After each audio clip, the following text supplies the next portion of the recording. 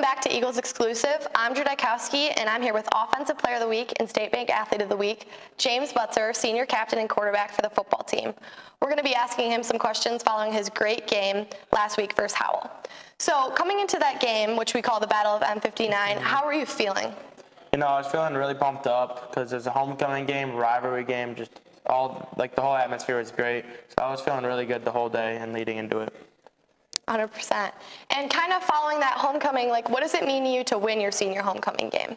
It's important for me, it's important for the school, important for the community. So, it was just a really important game, and we needed to win that game, and we ended up winning, so it was really huge. And then after a big win like that against Howell, how do you feel going into this week's game versus Northville? We're feeling really great. The team is feeling amazing. The chemistry, kind of got, built from that game, I believe. And just we're feeling really pumped up, feeling really ready for this next game.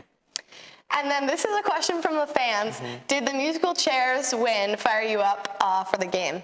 Of course. The whole team was saying that we need to play musical chairs again because it kind of just got me going. So yeah, they did really get me going.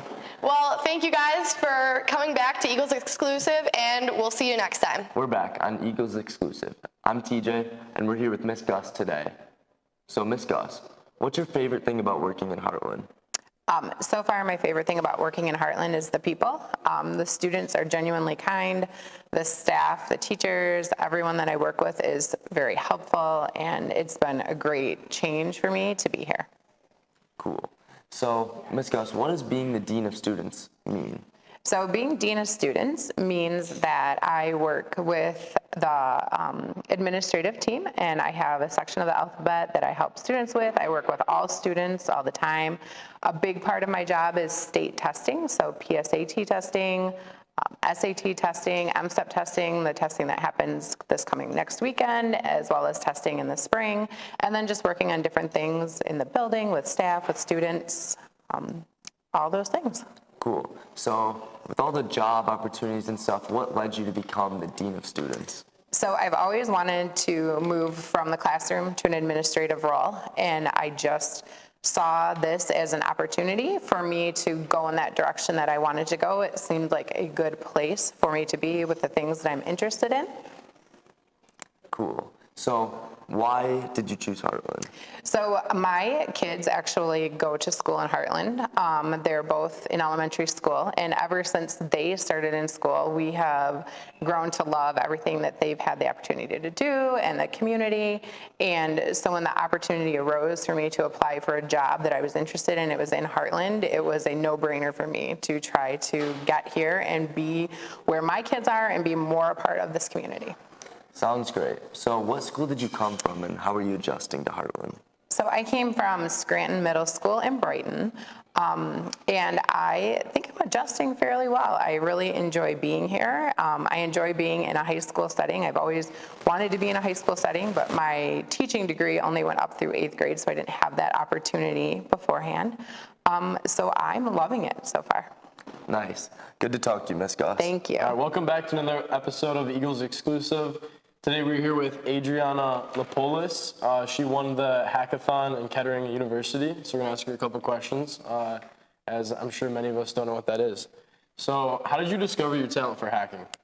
I started learning about what hacking was when my brother first hacked into the FBI when he was 18. And then he started just coding, having his own coding software, and then I kind of just learned from him, and I've been coding since I was 3 years old, and I've been hacking for about 2 years now. That's really cool. So I heard you like to game. So do you game on PC or console? I do console. I used to do a PS4, and then for this competition, I won a PS5. That's really cool. What did it feel like being the only woman in the hacking tournament and winning it? It was very intimidating at first because there was 25 participants, and being the only girl there, it was very hard to try to see if I could even win. And then once I found out that I won it, it was even crazier because I had all these guys, and they were all shocked when I won it, and someone was crying, which made me feel really sad. Yeah, that must be a great feeling. So how does what does a hacking tournament look like, and how do you win a hacking tournament? So for this one, we started at 7 in the morning and ended at 6 p.m. And we went there, we had a little introduction, and then we just started coding. And we had these different competitions in the middle. So we had one where it was coding in Python language, which is an easier language to learn. And then for the second part, it was Java, which is a little bit harder, which is a lot of syntax, which is like semicolons and nitty-gritty stuff. And then it's just basically you win it with the most points. Awesome. So what do you plan on going into after you're done with all this? I want to go into computer science and then cybersecurity. All right, well, that's awesome. Thank you very much, Mrs. Lippolis.